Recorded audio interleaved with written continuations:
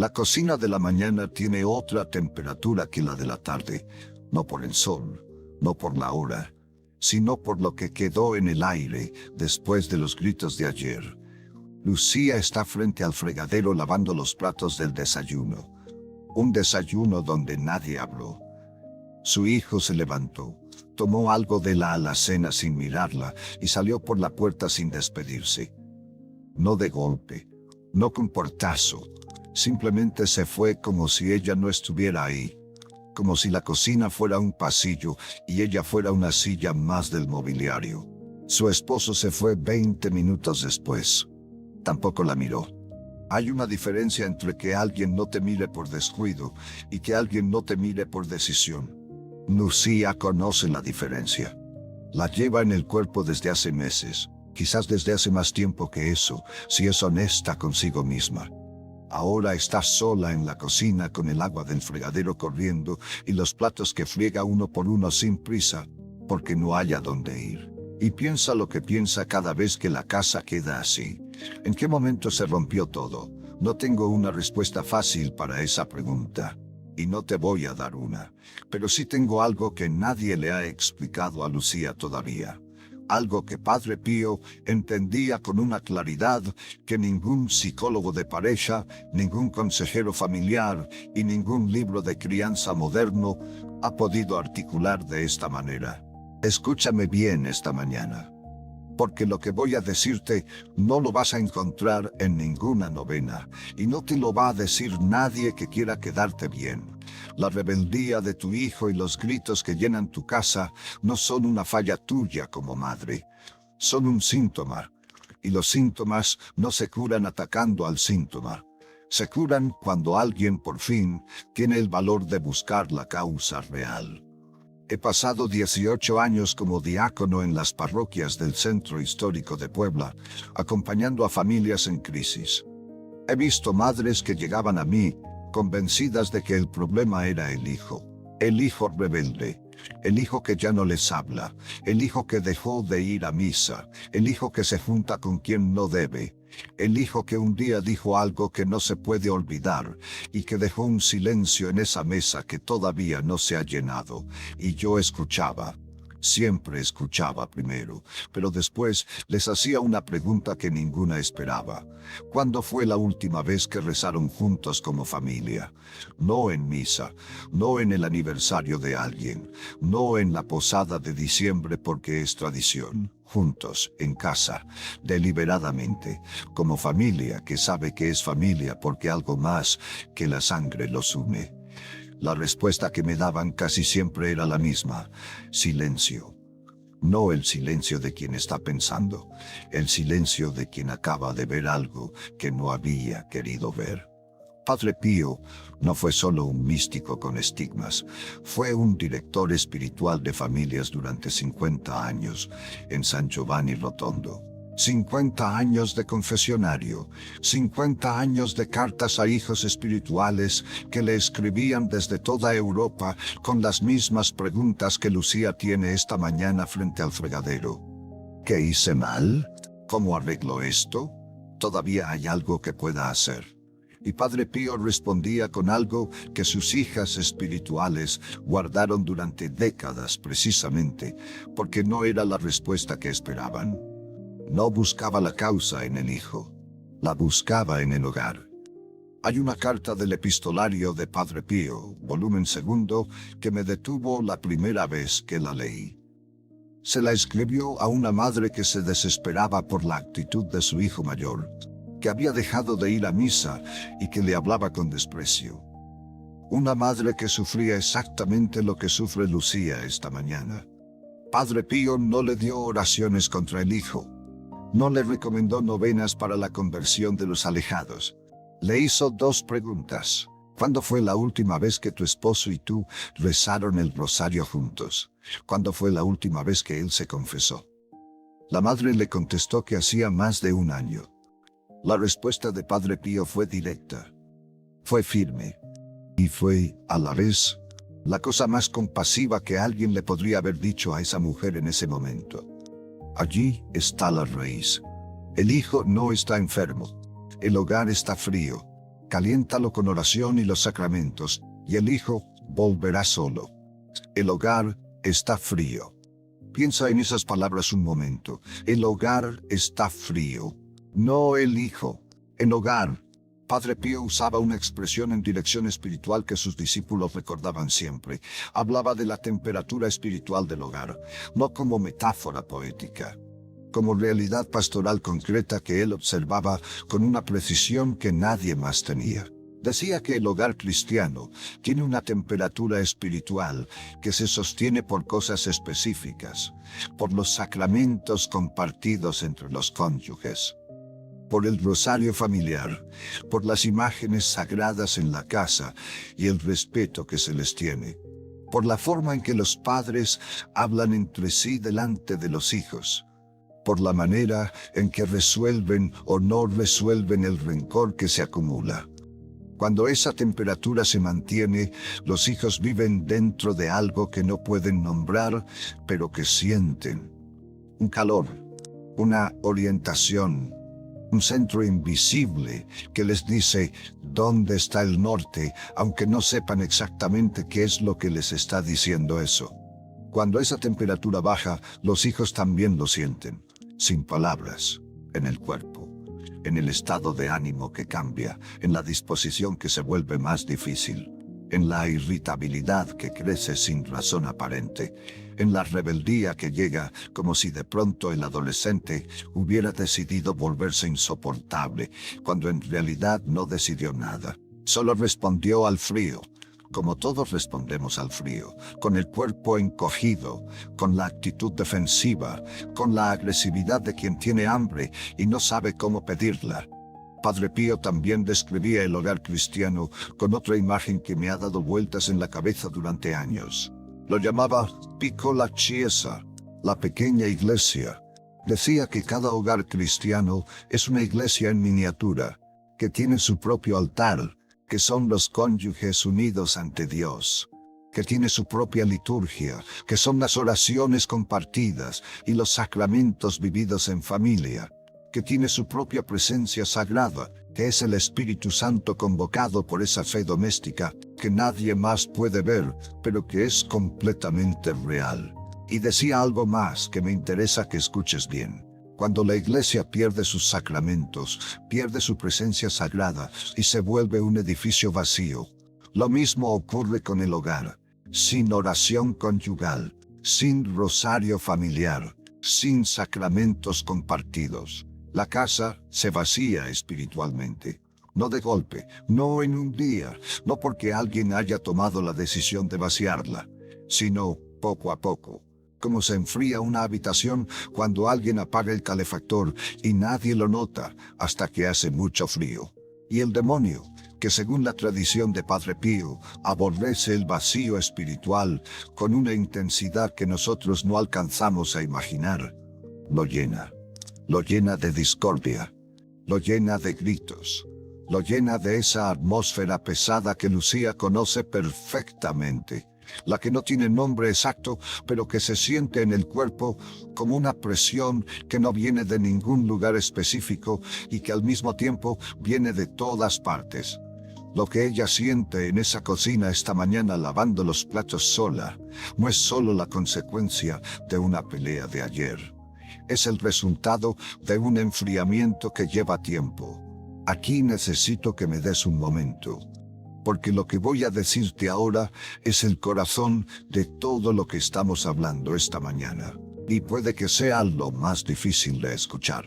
No porque sea una acusación, no porque sea un juicio, sino porque es la verdad que cambia todo cuando se entiende bien.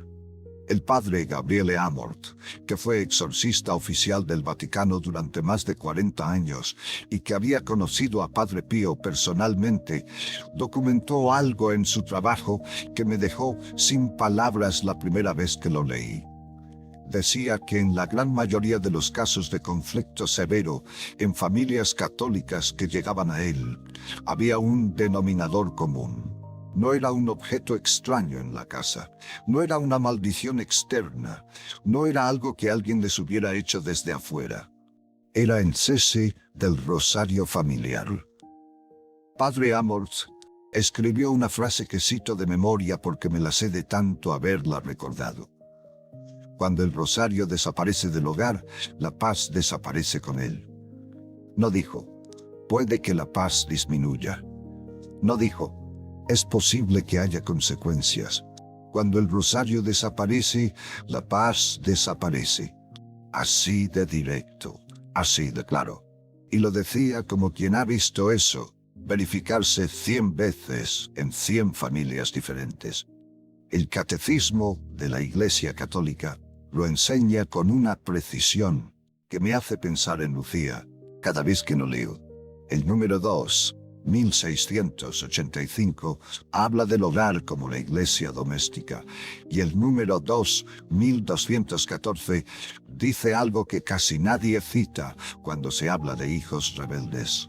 Dice que los padres son los primeros evangelizadores de sus hijos. Los primeros, antes que la escuela dominical, antes que el catecismo parroquial, antes que ningún sacerdote o ninguna maestra de religión. Los padres. Y cuando los padres abandonan ese rol, no por maldad, no porque sean malas personas, sino por el agotamiento de la vida, por los conflictos que se acumulan, por la rutina que se come todo lo que debería ser sagrado, los hijos quedan sin mapa espiritual. Un niño sin mapa espiritual no se queda quieto. Busca orientación en otro lugar. En el grupo de amigos, en las pantallas, en las experiencias que prometen algo que se parezca a lo que siente que le falta, aunque no sepa nombrar qué es exactamente lo que le falta. Y a veces esa búsqueda ciega, esa búsqueda de calor en un lugar que no tiene calor para dar, se parece mucho a la rebeldía, pero no es rebeldía, es hambre espiritual sin nombre. Pero aquí viene algo que necesito que escuches con mucho cuidado, porque si no lo digo bien, lo que acabo de decir puede convertirse en culpa. Y la culpa y la responsabilidad son dos cosas completamente distintas. La culpa paraliza. La culpa te dice, fallaste, ya no hay solución, ya es demasiado tarde, ya causaste un daño que no tiene remedio. La responsabilidad dice algo completamente diferente. La responsabilidad dice, hay algo que está pasando en este hogar que tiene una causa y que tiene una solución. Y hay algo que tú puedes hacer. Esta noche, con lo que tienes, con quién eres. Padre Pío nunca llegó a las madres que venían a él con hijos rebeldes con la mirada del juez. Llegaba con la mirada del médico.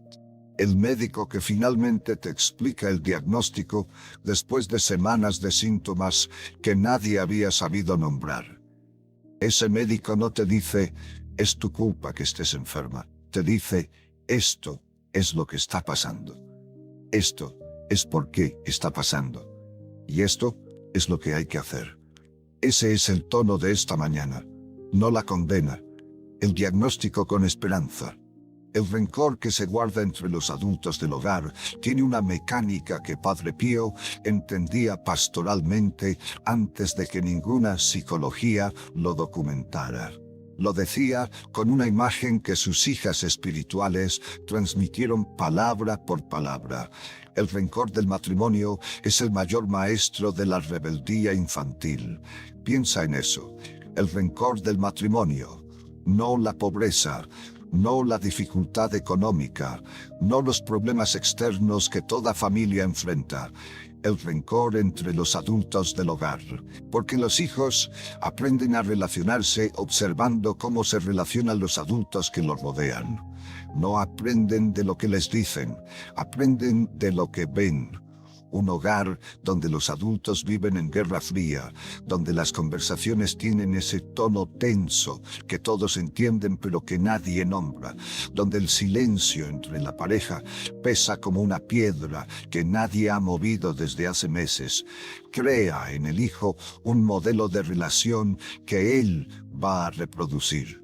No por decisión, por imitación inconsciente de lo único que conoce, y esa imitación es lo que se parece a la rebeldía. Pero no es rebeldía contra los padres, es repetición, sin saberlo, del idioma emocional que aprendió en casa. Padre Pío lo veía con esa nitidez suya que incomodaba a quien no estaba listo para escuchar la verdad. Quiero contarte algo de mis años en las parroquias del centro de Puebla. Algo que me enseñó más sobre esta situación que cualquier libro que haya leído. Fue en San Andrés Cholula, una familia que se llamaba Velázquez. Me llamaron los padres a través del sacerdote de la parroquia. Su hijo de 16 años había dejado de hablar. No exagero, literalmente había dejado de hablar. 3 meses en silencio total dentro del hogar. Respondía en la escuela, hablaba con sus amigos, funcionaba en el mundo exterior. Pero en esa casa, en esas paredes, con esas personas, silencio absoluto. Los padres estaban convencidos de que era rebeldía extrema, o algo psicológico que necesitaba tratamiento, o las dos cosas. Cuando llegué a esa casa y hablé con la madre en la cocina, busqué hacer lo que Padre Pío hacía. No mirar al hijo, mirar al hogar. Le pregunté sobre la temperatura espiritual de la casa. No con esas palabras exactas. Le pregunté cómo era la vida espiritual de la familia. Ella me explicó que el año anterior habían pasado por una crisis matrimonial severa, que durante meses había habido peleas frecuentes, que las cosas estaban mejor ahora, relativamente, pero que quedaba un daño que no sabían cómo sanar. Y luego le hice la pregunta. La misma pregunta que Padre Pío le hizo a aquella madre en su carta. ¿Cuándo fue la última vez que rezaron el rosario juntos como familia? No me respondió de inmediato. Se quedó quieta, y antes de que pudiera decir una sola palabra, vinieron las lágrimas. Esas lágrimas que no son de tristeza exactamente, que son de reconocimiento, de algo que ya sabías, pero que no habías visto hasta que alguien te lo nombra. Cuando pudo hablar, me dijo, «Más de un año, Marcelino, más de un año». Esa noche convoqué a los 3 en la sala, al padre, a la madre y al hijo silencioso. No les pedí que hablaran de lo que había pasado. No les pedí que se reconciliaran. No les pedí que el hijo explicara su silencio. Les pedí que rezáramos juntos un misterio del rosario, un solo misterio. El padre estaba incómodo. La madre tenía los ojos húmedos. El hijo miraba el suelo con esa rigidez de quien ha construido un muro y no sabe cómo bajarlo sin que parezca rendición. Rezamos. 3 voces, con distintos grados de convicción, recitando las mismas palabras. Cuando terminamos, el hijo no habló, pero lloró, sin decir nada, sin mirar a nadie, con la cabeza todavía baja y los hombros que se movían levemente con ese llanto que se intenta contener y no se puede. 3 semanas después, el hijo volvió a hablar, no como si nada hubiera pasado, no con una reconciliación dramática de película, despacio, primero palabras cortas, luego frases, luego conversaciones. Yo nunca supe exactamente qué pasó en esas 3 semanas. No necesité saberlo.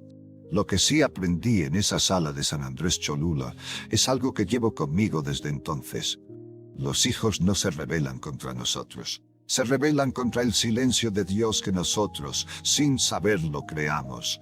Y cuando el silencio de Dios se rompe, aunque sea con las palabras de un rosario rezado con convicción imperfecta, algo que estaba roto empieza a moverse. Ahora necesito hablarte de algo más que está en este diagnóstico.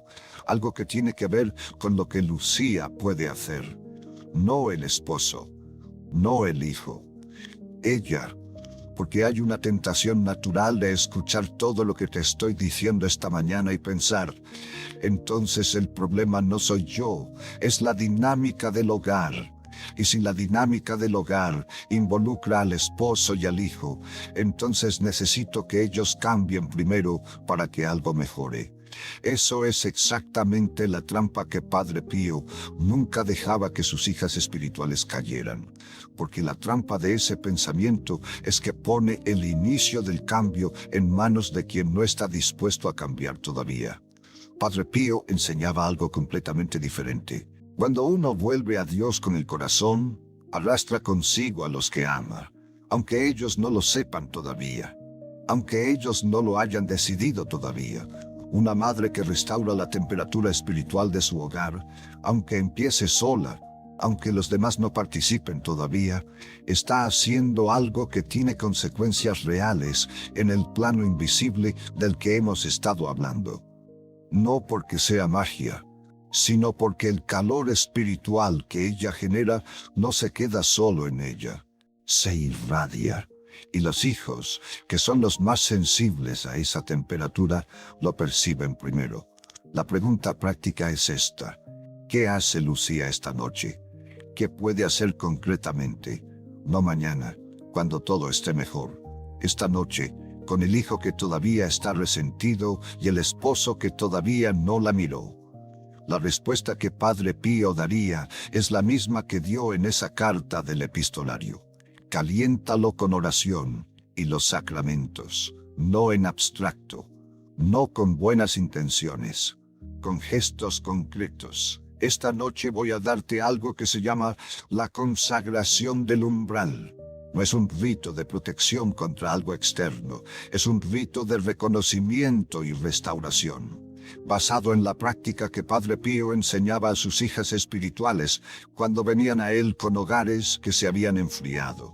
Devolver a Dios su lugar en la casa, no con objetos, no con fórmulas, con un acto interior de rendición y nueva consagración. Lo puedes hacer sola, esta noche, sin necesitar que el esposo o el hijo participen. Antes de explicarte los pasos, quiero que entiendas el fundamento de lo que vas a hacer. Padre Pío decía que el hogar tiene un umbral visible y un umbral invisible. El umbral visible es la puerta de entrada, la que se abre y se cierra con llave. El umbral invisible es la autoridad espiritual que rige lo que entra y lo que sale de ese hogar. Quien tiene esa autoridad determina la temperatura del lugar, determina qué puede operar ahí y qué no puede. Cuando el rosario familiar desaparece, cuando los sacramentos compartidos cesan, cuando el rencor entre los adultos llena el aire, ese umbral invisible queda sin guardián, no sin dueño, sin guardián activo, y lo que entra entonces no necesita pedir permiso. La consagración del umbral es el acto de volver a tomar ese lugar, de decir con el cuerpo y con la voz y con el corazón: este hogar tiene un guardián, y el guardián es Cristo. Tiene 5 partes. No tienes que hacerlas todas en una sola noche si el tiempo no lo permite. Las primeras 2 esta noche. Las demás pueden seguir las noches siguientes. Pero te recomiendo hacerlas todas de una sola vez si puedes. El rito completo tarda unos 20 minutos. La primera parte se llama la preparación del umbral. Antes de comenzar, necesitas agua bendita de tu parroquia. Si no tienes en este momento, no te detengas por eso. Puedes tomar agua en un vaso y rezar sobre ella la oración que Padre Pío enseñó a sus hijas espirituales para bendecir el agua en casa. Señor, bendice esta agua como bendijiste las aguas del Jordán. Que todo lo que toque sea purificado de toda influencia contraria a tu paz. No es lo mismo que el agua bendita por un sacerdote, pero Padre Pío nunca dejó a nadie sin recurso por falta de acceso a lo formal. Él operaba con lo que la persona tenía en la mano. Toma ese vaso, ponte de pie y comienza. La segunda parte es el recorrido del hogar. Camina por cada habitación de la casa, no rápido, no como revisión de inventario, con la conciencia de que estás haciendo algo real en un plano que no se ve con los ojos, pero que es completamente tangible. En el cuarto de tu hijo, especialmente, en la sala donde se pelearon, en el cuarto matrimonial, en cada puerta, con el dedo mojado en el agua bendita. Traza una pequeña cruz en el marco de cada puerta. No necesita ser grande, no necesita ser perfecta, solo el gesto consciente. Mientras lo haces, di en voz baja: Padre Pío, intercede por este hogar. Que la paz de Cristo entre donde yo entro, que la rebeldía salga donde yo paso. Si en algún cuarto sientes resistencia interna, si sientes que las palabras no te salen con convicción, no te detengas por eso. Padre Pío decía que la oración que cuesta más rezar es la que más hace falta. Sigue. La tercera parte es la oración central. Esta se hace en el umbral principal de la casa, la puerta de entrada, el lugar por donde todos entran y salen. Párate ahí, con la mano apoyada en el marco de la puerta, y reza en voz alta, aunque sea en voz baja, pero en voz alta, al menos un poco para que el cuerpo participe junto con el corazón. Señor Jesucristo, reconozco que este hogar perdió su calor espiritual. No culpo a mis hijos. Los libero. No me culpo a mí. Me entrego. Te pido por intercesión de San Pío de Pietrelcina que el Espíritu Santo vuelva a ser el dueño de esta casa. Que los gritos sean reemplazados por tu voz. Que la rebeldía sea reemplazada por tu paz. Amén. Esas palabras, no las modifiques, no las suavices, no las conviertas en algo más cómodo de decir. La incomodidad de rendirse a Dios delante de la puerta de tu casa es exactamente el punto. Es la declaración de que el hogar tiene un Señor y que ese Señor no es la rebeldía, ni el enojo, ni el enfriamiento que se ha ido acumulando. Padre Pío enseñó que la consagración del hogar no es un ritual protocolario. Es una reclamación espiritual, una declaración de autoridad. Y esa declaración, hecha con fe, aunque imperfecta, tiene peso en el plano que no se ve. La cuarta parte es el gesto hacia el Hijo. Esta no se hace esta noche, esta se hace al tercer día de haber comenzado. Sin explicar nada, sin contexto, sin abrir una conversación que todavía no está lista para abrirse. Simplemente pon una imagen pequeña de Padre Pío o de la Virgen de Guadalupe cerca del cuarto de tu hijo. No dentro si crees que él lo rechazaría. Cerca, en el pasillo, en el marco de su puerta. Y cuando lo veas ese día, sin importar cómo esté el ambiente, sin medir si el momento es el correcto, dile una sola cosa: te quiero, nada más. Sin explicación, sin referencia a las peleas, sin abrir el tema pendiente. Solo eso. Padre Pío enseñó algo sobre este gesto que yo repito en el despacho parroquial desde hace años. El amor dicho sin contexto rompe muros que ningún argumento puede derribar. El amor que necesita justificarse para existir ya no es amor, es negociación. El amor que se dice simplemente porque existe, aunque el momento sea incómodo, aunque la respuesta no llegue de inmediato. Ese amor tiene una mecánica espiritual que los argumentos no tienen. Tu hijo no tiene que recibirlo bien, no tiene que responder, no tiene que cambiar de actitud ese mismo día, solo necesita escucharlo. Y algo en él, en el plano que no se controla con la voluntad, lo va a registrar. La quinta parte es el compromiso de los 9 días. Cada noche durante 9 días, reza un rosario con esta intención específica: la restauración del hogar, no la conversión del hijo, no el cambio del esposo, no la solución de ningún problema concreto, la restauración del hogar. Pon en manos de Dios el diagnóstico completo, no solo el síntoma que más duele. El rosario no tiene que ser completo si el tiempo no lo permite. Padre Pío decía algo que me acompaña siempre: un Ave María rezado con el corazón vale más que un rosario rezado con los labios solos. Si una noche solo puedes rezar un misterio, reza ese misterio. Si solo puedes rezar 3 Ave Marías, reza esas 3 Ave Marías, con el corazón puesto en la intención. 9 días.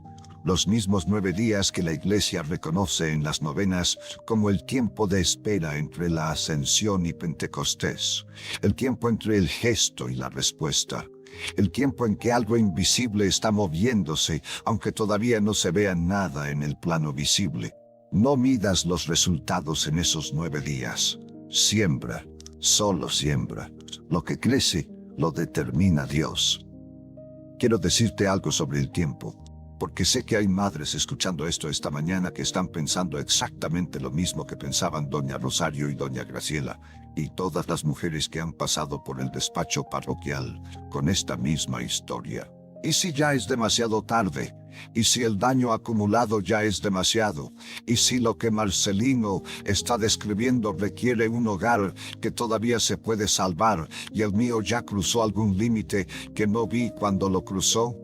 Voy a decirte algo que aprendí en San Andrés Cholula, la noche en que 3 personas rezaron un misterio del rosario con distintos grados de convicción, y el hijo silencioso lloró sin decir una palabra.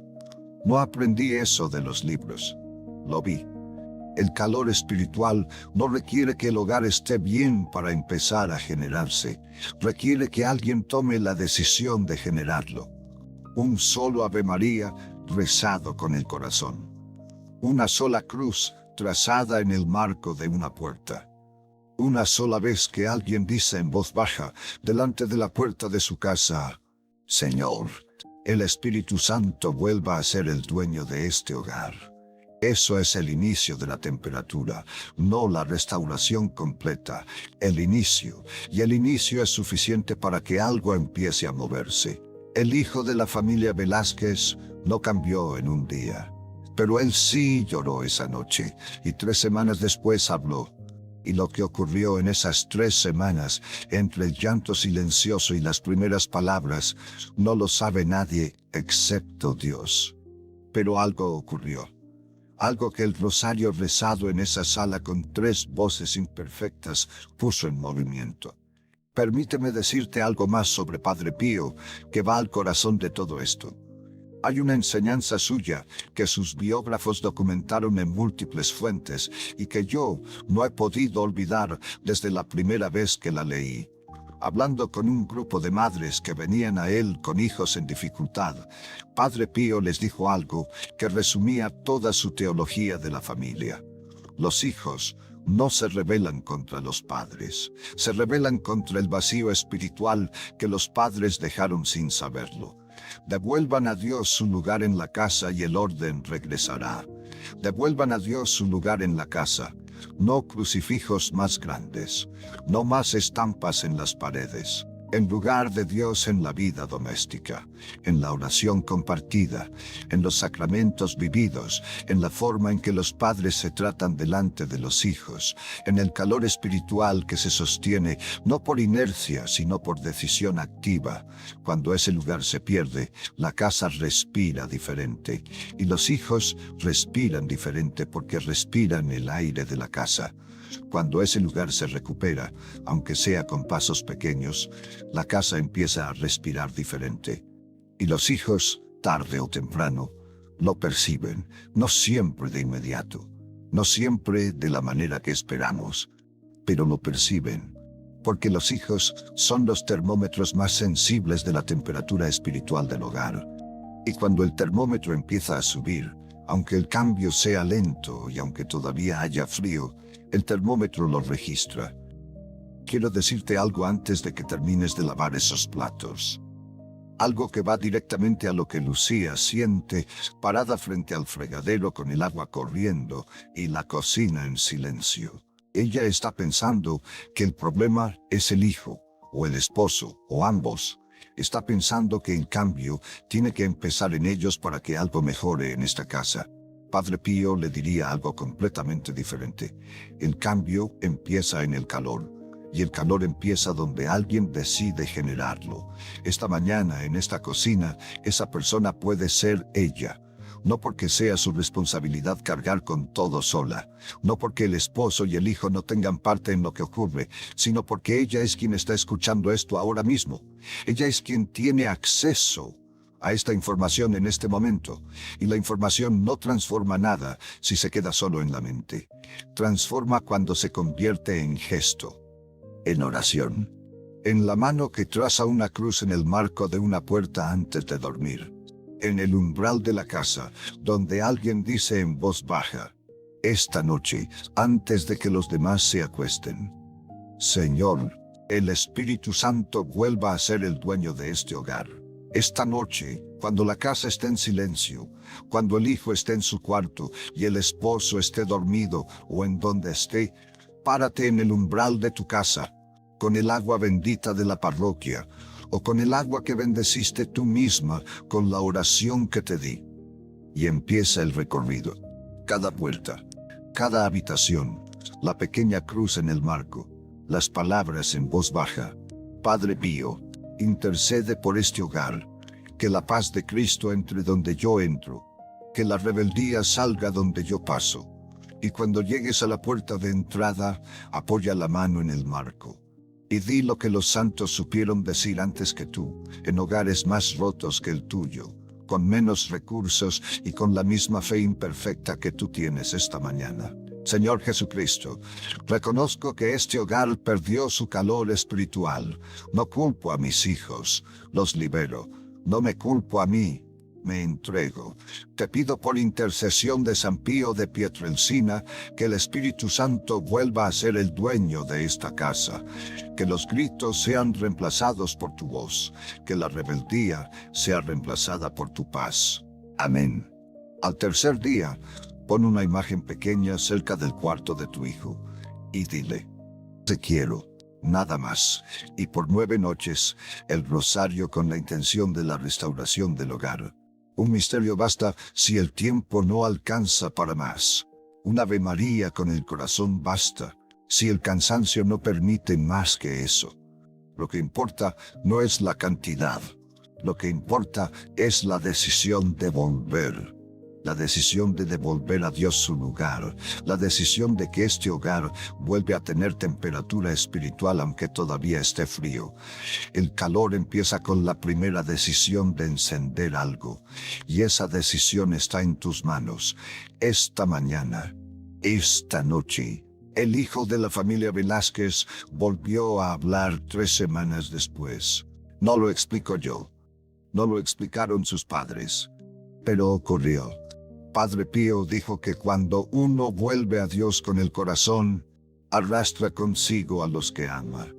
Aunque ellos no lo sepan todavía, aunque ellos no hayan decidido nada, aunque todavía haya frío entre las paredes de esa casa, el calor que tú generas esta noche no se queda solo en ti, se irradia, y los hijos, que son los termómetros más sensibles, lo registran primero.